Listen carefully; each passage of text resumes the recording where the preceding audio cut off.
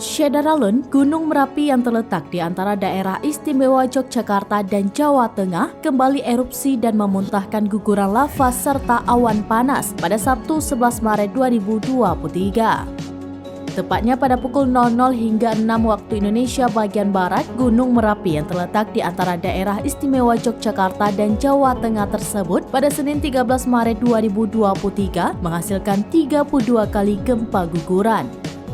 Terkait pengamatan kegempaan gunung ini, terjadi satu kali gempa awan panas guguran dengan amplitudo 60 mm dan lama gempa 104,5 detik.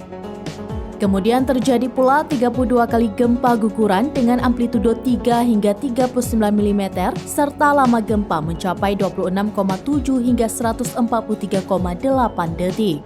Lalu terjadi 9 kali gempa hybrid atau fase banyak dengan amplitudo 3 hingga 4 meter dan lama gempa mencapai 5,7 hingga 6,9 detik. Sedangkan untuk pengamatan visual, asap kawah utama diamati berwarna putih dengan intensitas sedang tinggi mencapai sekitar 50 hingga 100 meter dari puncak.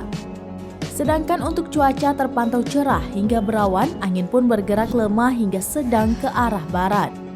Perlu diketahui saat ini gunung api di Pulau Jawa ini memiliki dua kubah lava, yakni kubah lava barat daya dan kubah lava tengah kawah. Kepala BPPTKG Agus Budi Santoso mengatakan bahwa jika dilihat berdasarkan analisis foto udara pada 13 Januari 2023, volume kubah lava barat daya terhitung sebesar 1.598.700 meter kubik.